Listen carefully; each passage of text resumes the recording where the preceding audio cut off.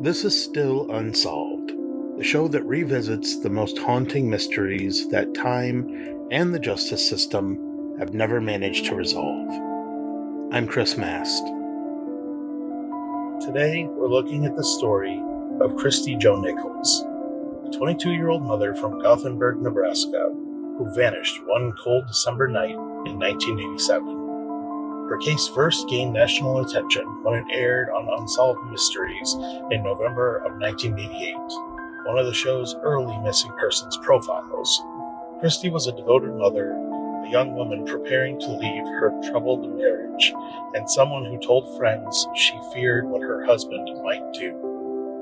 And then she disappeared without a trace. Decades later, questions remain.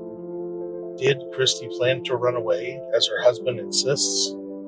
Or was her disappearance the tragic result of domestic violence turned deadly? And if so, where is her body? This is the story of Christi Jo Nichols.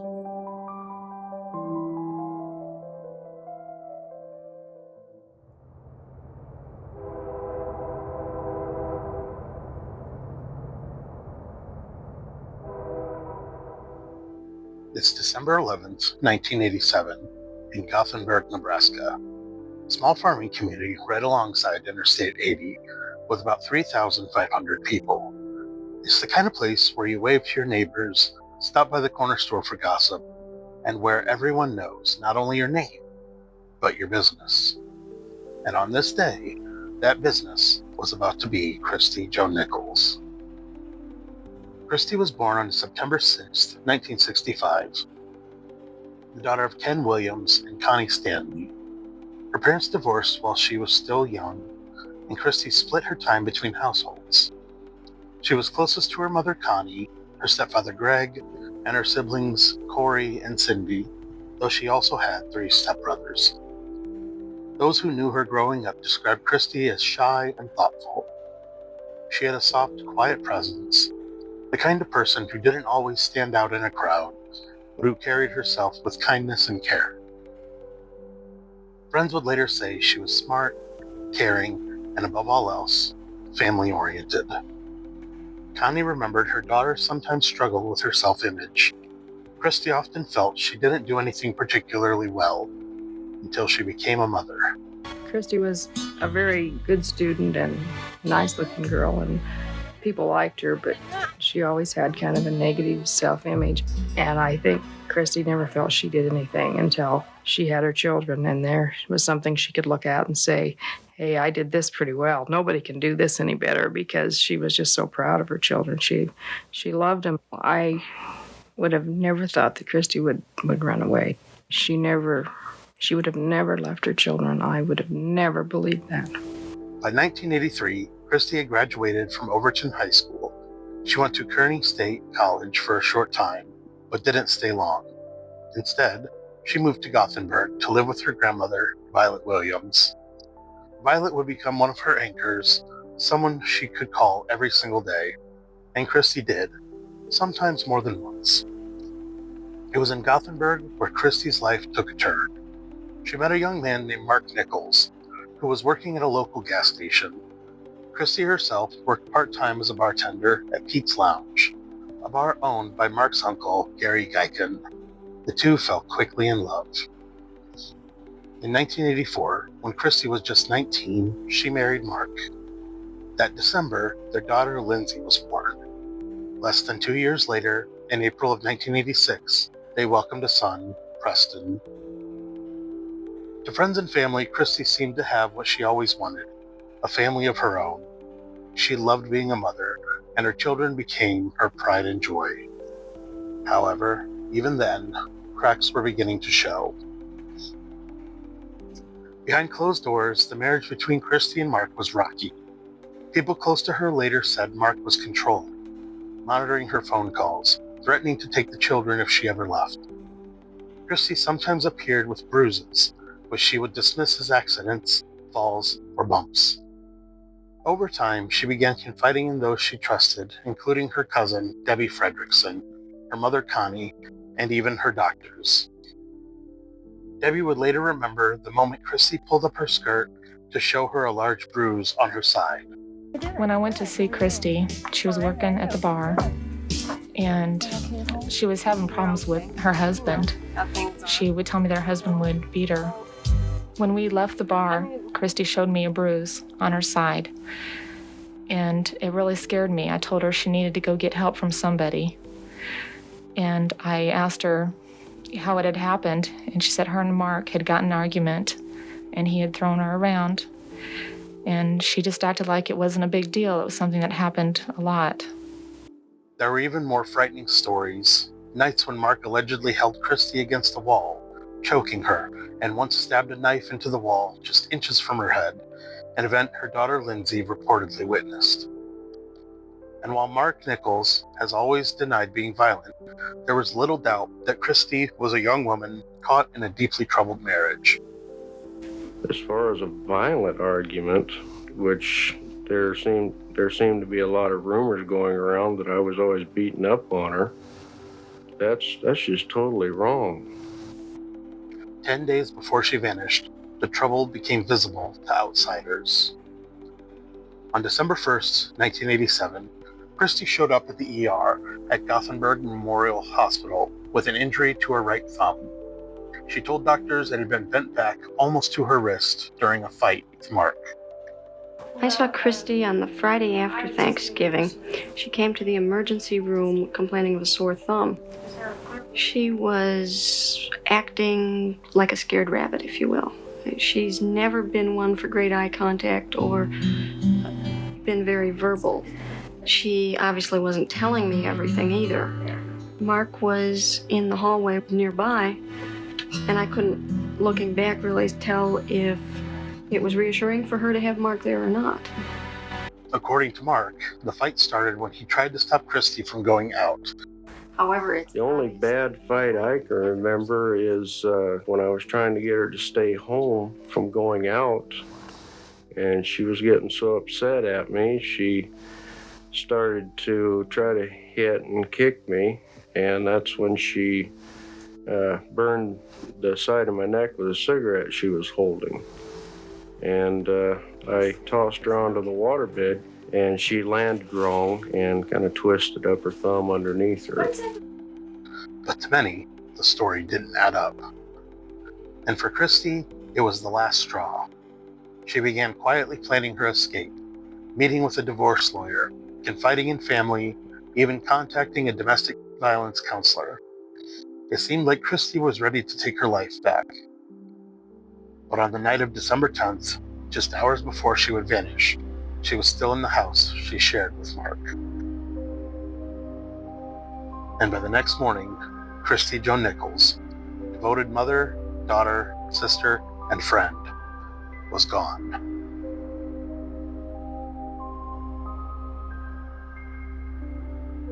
By early December 1987, Christi was making moves to separate from Mark. 2 days before she disappeared, she secretly met with divorce attorney Claude Berrickman in Kozad. Berrickman would later say she ranked among the most distressed and frightened clients he'd ever seen. Christi told him about the abuse, showed him a bruise on her arm, and made a follow-up appointment for the next week.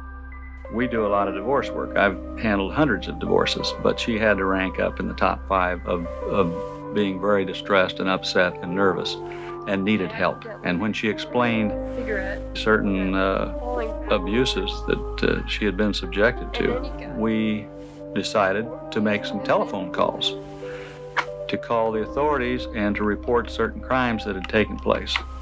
Christi, I feel that she was very sincere and honest in what she was telling me. I don't know what motive she would possibly have had to conjure up a story about being abused by her husband if it didn't in fact happen. I was convinced, and I am still convinced, that it happened.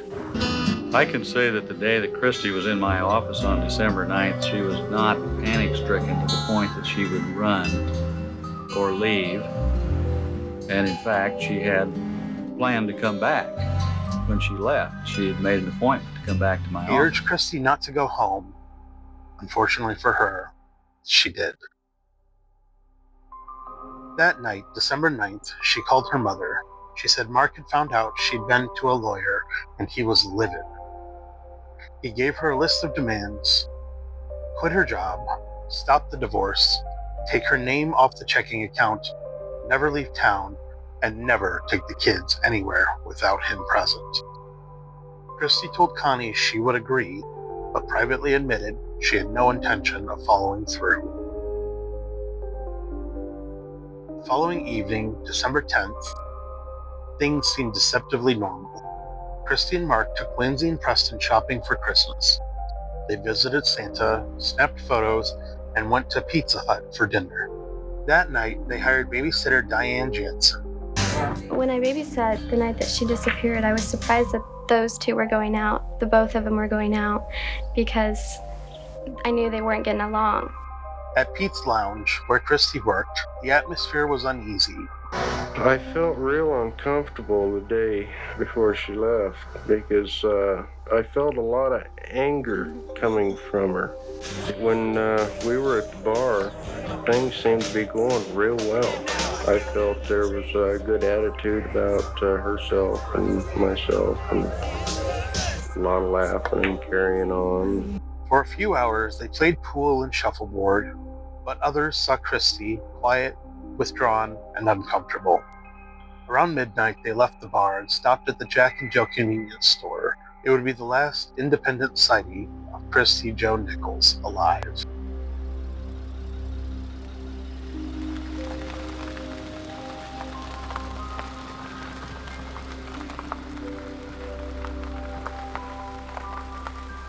Just after 12:30 a.m., Mark returned home. Babysitter Diane was still there, sitting in the living room with her homework. I really can't believe that I didn't see her, because I would have heard footsteps, and I would have heard her go into the bathroom, because I was there, between 5 and 10 minutes, so that I would have been able to hear Christi somehow. But I didn't hear or see Christi. I was about 5-6 yards behind her when she reached the door, and she walked right by the living room where the babysitter was at, back towards the kids' bedroom, and went into the main bathroom. Diane also remembered something else odd. Mark paid her himself. It seems strange because Mark had paid me with cash when Christi usually pays me with a check. It was unusual for Mark to pay me. Mark later told the police that Christi had walked in just ahead of him, gone down the hallway, and into the bathroom because she wasn't feeling well. He claimed she stayed there for about 15 minutes before going to bed. According to him, when the babysitter left, Christi was still inside.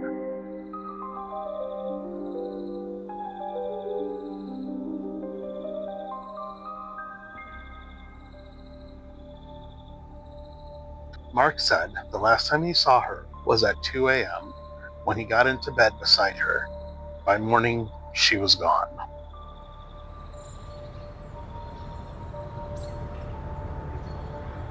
According to Mark Nichols, when his children woke him around 7 a.m., Christi was gone.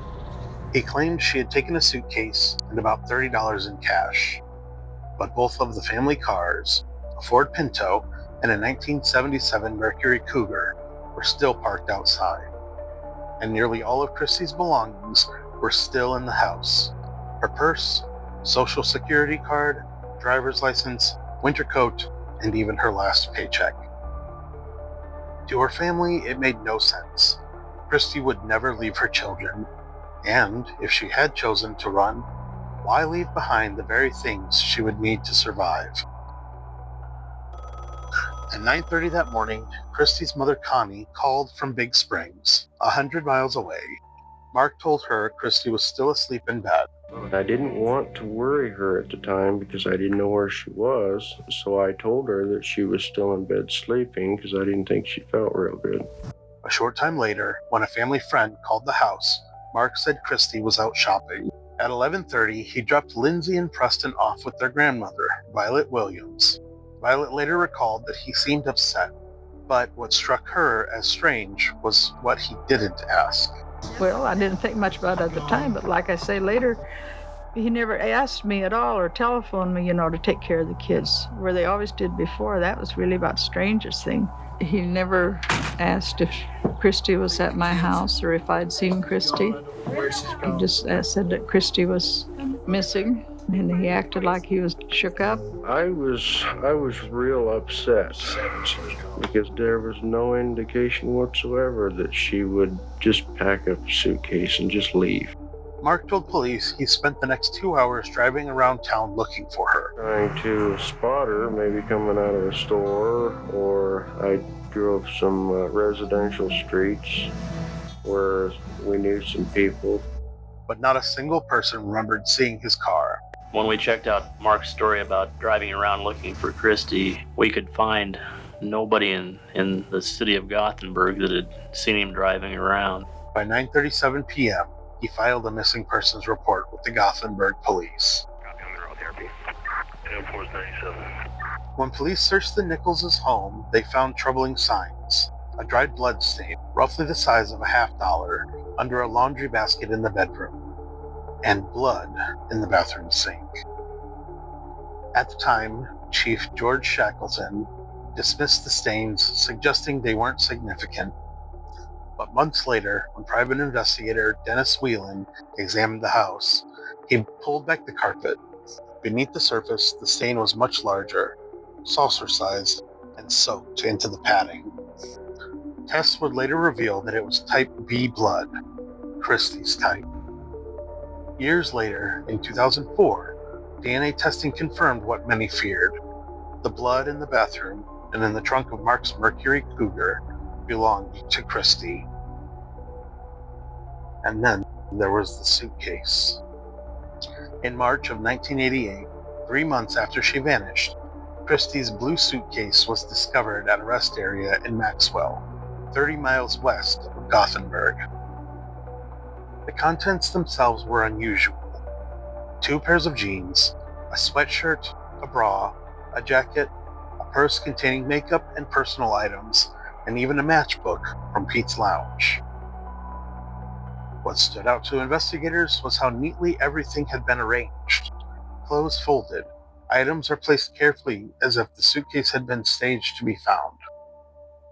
It had appeared to everybody present that the suitcase had been placed there instead of just thrown out.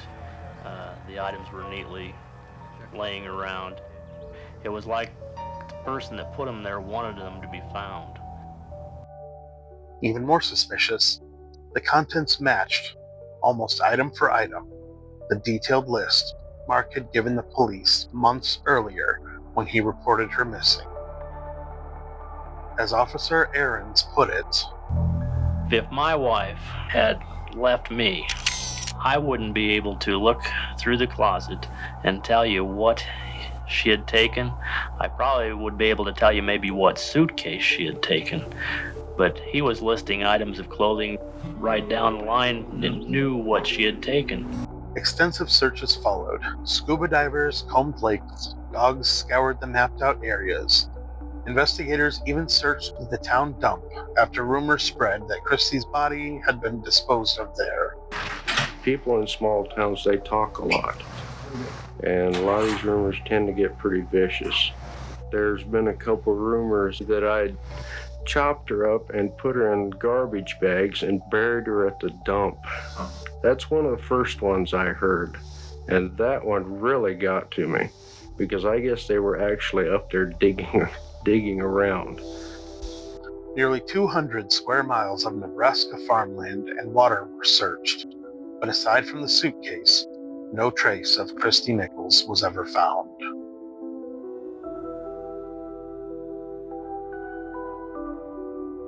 In the days and weeks after Christi's disappearance, her family's lives were thrown into turmoil. Her mother, Connie Stanley, made it her mission to keep Christi's story alive, to fight for answers in a town where whispers were louder than official statements. But while Connie was searching for her daughter, Mark Nichols was moving on. Within weeks, he had boxed up Christi's clothes and sold both family cars, allegedly forging her name on the titles. To Connie, it felt less like a grieving husband and more like someone eager to erase her. The children, Lindsay and Preston, were caught in the middle. Connie fought for custody and was granted temporary guardianship. But Mark battled back, taking her to court repeatedly. Eventually, Lindsay and Preston moved in with his parents, Lowell and Vernon Nichols. Connie was allowed supervised visits. However, Mark moved frequently, making those visits increasingly difficult. By 1990, Connie's contact with her grandchildren was cut off entirely. The pain was deepened by something even more disturbing. While staying with relatives, young Lindsay reported making chilling statements. It's impossible to know what she truly saw, or what may have been overheard, but for Connie, the words were unforgettable. In the community, rumors ran wild. Some whispered that Christi had been buried under a concrete slab poured at Mark's parents' property just days after she vanished. Others speculated her body was dumped in an irrigation ditch, a lake, or destroyed with stolen lye from a nearby farm co-op. A worker recalled that the sand under the slab at the Nichols property looked disturbed before the concrete was poured. Years later, a garage was built over it. To this day, it remains unclear whether the spot was ever searched. Investigators also received a tip from a young man who claimed he saw Mark in his backyard the night Christi vanished. The witness said Mark noticed him, angrily confronted him, and told him to leave. When Christi's disappearance hit the news, the witness realized the timing matched. Meanwhile, Connie and the rest of Christi's family pressed investigators. They brought in private detective Dennis Whelan from Omaha, who discovered that the bloodstain in Christi's bedroom was far larger than police initially reported. His presence pushed the case forward, even when local officials seemed reluctant. But the investigation itself was plagued with questions. I hope and pray that she was alive, but if she isn't, I'd still want to find a solution to this case. I'd like to have her buried someplace where we'd know where she was. Connie long believed the case was mishandled from the start. Police Chief George Shackleton was a family friend of the Nichols, and she suspected that his ties to Mark's parents might have interfered with his impartiality. Chief Shackleton eventually left law enforcement after pleading no contest to official misconduct, though not related to Christi's case. By the late 1980s, the Nebraska State Patrol took over the case, officially classifying it as a likely homicide. In 1988, the FBI was brought in. In 1989, cadaver dogs searched local overpasses built around the time that Christi vanished, but found nothing. Years later, in 2004, DNA confirmed that the blood found in the bedroom carpet and the trunk of Mark's car belonged to Christi. Though not enough to prove death, it confirmed what her family already knew. Something violent had happened to her. Still, prosecutors hesitated. Without a body, they feared the case wouldn't stand in court. It is difficult, without locating Christi Nichols or her body, to determine what, if any, charges would be appropriate. We basically are concerned about the way she disappeared, the fact that she has not contacted her children, she hasn't contacted her family, she did not take one of the family vehicles, and basically the continued long absence all point to that perhaps foul play in some form is involved. As time went on, the case grew cold, but it never died. Christi's story resurfaced when it aired on Unsolved Mysteries in 1988. Later, her face was printed on a deck of playing cards, distributed in prisons, meant to jog memories and spark confessions. Over the years, the Nebraska State Patrol reassigned the case to their cold case unit, labeling it as an open homicide. Through it all, Mark Nichols denied any involvement. He even claimed Christi had run away, tired of marriage, tired of being a mother. I'd have never done anything to hurt my wife. That's just the person I am. A lot of people think I'm a violent person. I'm not. I'm not a violent person. But family, investigators, and the community never believed that story. For Connie, for Lindsay and Preston, And for everyone who knew Christi, the fight for truth has stretched across generations. Some of the people who loved her grandmother Violet, her stepfather Greg, her cousin Joan, have passed away never knowing what happened. And nearly 40 years later, the question remains, where is Christi Jo Nichols?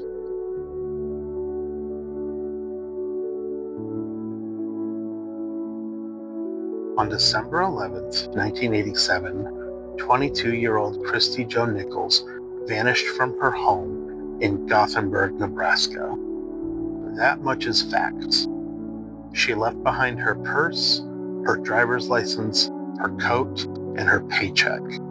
She left her car behind, but most importantly, she left behind her children, Lindsay and Preston. Nearly 40 years later, investigators classify this as an open homicide. They've confirmed through DNA testing that the blood found in Christi's bedroom and in the trunk of her husband's car belonged to her. But what happened in those crucial hours after midnight remains unsolved. We know what Christi's family believes. Her mother, Connie Stanley, has never wavered. She would have never left her children. I would have never believed that. We know what her cousin, Debbie Fredrickson, remembers. And she said her and Mark had gotten an argument, and he had thrown her around. And she just acted like it wasn't a big deal. It was something that happened a lot. And we know what investigators have said years later. The continued long absence all point to that perhaps foul play in some form is involved. We also know what remains theory. Neighbors whispered that Christi's body was buried under a concrete slab poured at Mark's parents' property just days after she vanished. Others said it was disposed of with stolen lye or hidden in a well or ditch in the Nebraska countryside. These are theories, and after decades of searches, no trace of her has ever been found. But silence has cost. If you have any information about the disappearance of Christi Jo Nichols, now is the time to speak. Contact the Nebraska State Patrol Cold Case Unit at 402-479-4086 or the Dawson County Sheriff's Office at 308-324-3011.